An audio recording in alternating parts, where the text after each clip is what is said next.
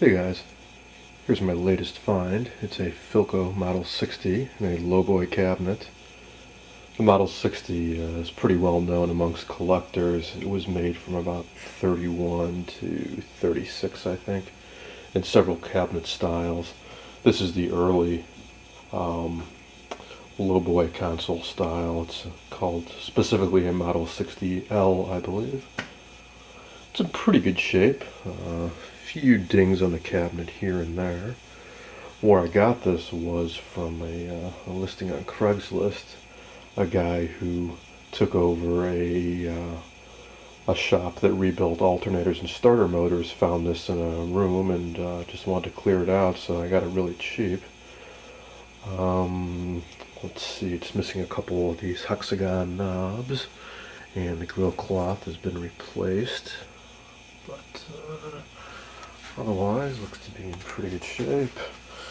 Usual ring stain on the top from somebody putting a cup down, but imagine after I strip it, that'll come right out. Back here, not that you can see that this chassis would easily fit inside a cathedral-style cabinet. That's the much more common Type 60 that people are used to seeing.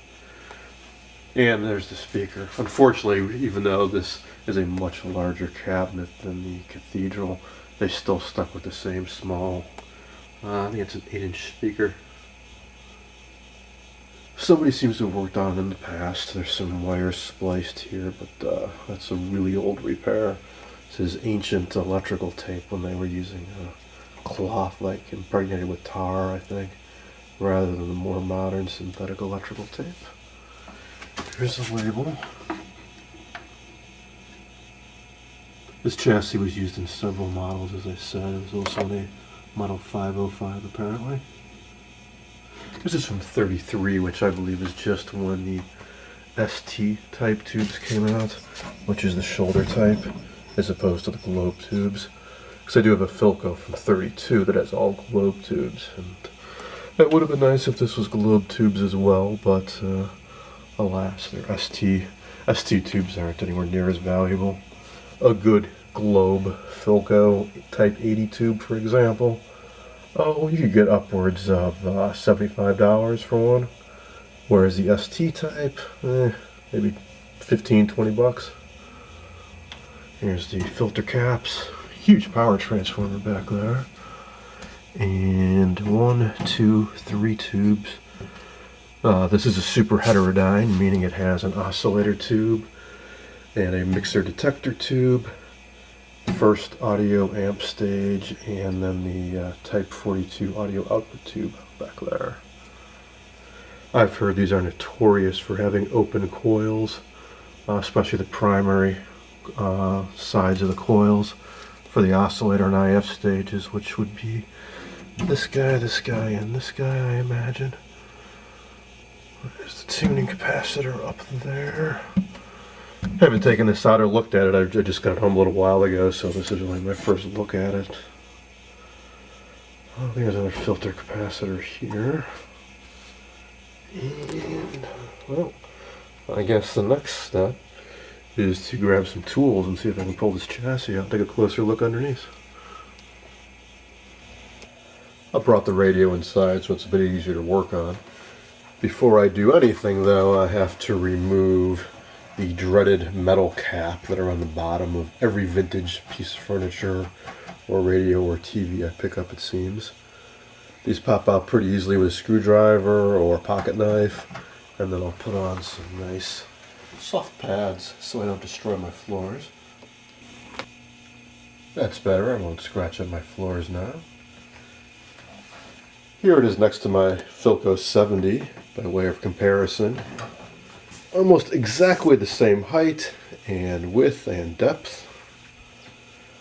And at first I was thinking the 60 was kind of a not that special a model, but I went on to the PhilcoRadio.com, I think it's called. It's like the be-all end-all Philco radio site. And they had a picture of this set that had been fully refinished and restored, and it looked really fantastic. So I think there's actually a lot of potential under all this faded old finish. Took a little bit of effort, but I did manage to pry off the two knobs that I do have. I'll have to track down the missing ones. These are hexagonal knobs as opposed to the rosette knobs that are on this Model 70. I guess they used both of these styles at the same time on very similar sets, but I asked around and the consensus was that since it came with two hex knobs, I should probably use hex knobs for the rest.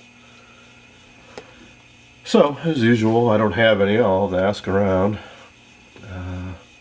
Anyway, there's a few bolts holding the chassis in, so I'll try to remove it. But as is commonly the case on these radios from this era, the speaker is hardwired to the chassis, which explains why there's a splice in here on this old electrical tape, because you cannot pull out the chassis unless you take the speaker with it or you cut the wires. I'm going to unwrap this and I suspect there'll be some spliced wires, so I don't mind just cutting them. Plus this wire is so frayed it has to be replaced anyways. The chassis came out easily enough, just these two bolts holding it in. And here it is. Originally there would have been 4 of these rubber washers serving as shock mounts. Over time these get hard and crumble and disintegrate. This is the only one that I found remaining and it's falling apart. Luckily, reproductions are readily available. Here's the dial scale. It's in fair condition. With a little bit of cleaning it'll be more legible. And there are reproductions available for this too, so I'll probably invest in one at some point. It's a 2-band radio, 55 to 160 AM band on the outer scale. Inner scale is 1.5 to, I think that's 4 megahertz for shortwave. As for the underside of the chassis, looks to be pretty well original. It's got the nice old Bakelite tar block Philco capacitors. What these are is there are usually 1, 2, or 3 film capacitors embedded in this Bakelite tub and then filled in with tar.